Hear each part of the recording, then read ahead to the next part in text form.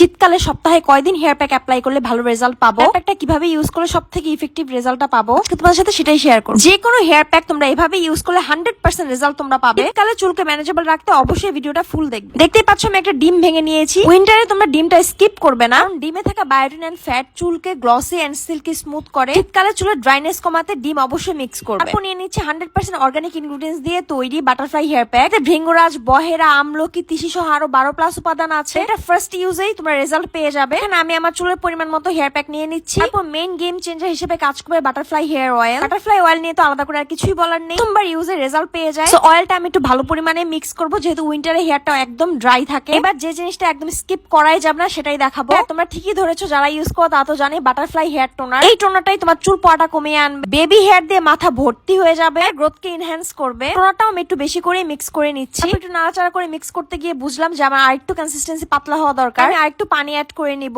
আমার বাসা থেকে ফ্যাক্টরি অনেক দূর, পারে আমিও একটা ফোকে বেশি টোনার মিক্স করলে টোনারটা শেষ হয়ে যাবে, তাই হচ্ছে আমি পানি অ্যাড করে পাতলা করে নিব। যেহেতু হেয়ার প্যাক আমার বেশি দরকার হয় আমার চুলের জন্য, তোমরা চাইলে শুধু টোনার দিয়েও মিক্স করে নিতে পারো। তারপর ভালোভাবে মিক্স করে নিবে। একটা পাতলা টেক্সচার রাখলে হবে কি তোমাদের ওয়াশ করতে খুবই ইজি হবে, অ্যাপ্লাই করতেও খুবই ইজি হবে। তারপর এই তো আমি ভালোভাবে চুলের গোড়া থেকে ফুল চুল এটা লাগিয়ে নিব। তোমরা চুলের গোড়ায় বেশি করে লাগাবে, তো উইন্টারে অনেক ড্যান্ড্রফ ইস্যু হয়, বেশি করে গোড়ায় লাগাবে যাতে স্ক্যাল্প কন্ডিশনটা ভালো থাকে। হেয়ার প্যাকটা কিন্তু ড্যান্ড্রফ দূর করতে খুব ভালো কাজ করে। সপ্তাহে একবার অন্তত হেয়ার প্যাক লাগানো ট্রাই করবে। যেহেতু উইন্টার 40 মিনিটের বেশি রাখার দরকার নেই, একটু ভেজা ভেজা থাকতে ওয়াশ করে ফেলবে। অবশ্যই শ্যাম্পুর পর ভালো একটা কন্ডিশনার ইউজ করবে, ইনশাআল্লাহ বেস্ট রেজাল্টটাই তোমরা পাবে। এখন যারা বাটারফ্লাই কম্বো ইউজ করনি তারা অনেক বড় মিস করে ফেলছো, জলদি অর্ডার করে দাও আর হয়ে যাও রিপিট কাস্টমার। আপন জন্য দোয়া করো।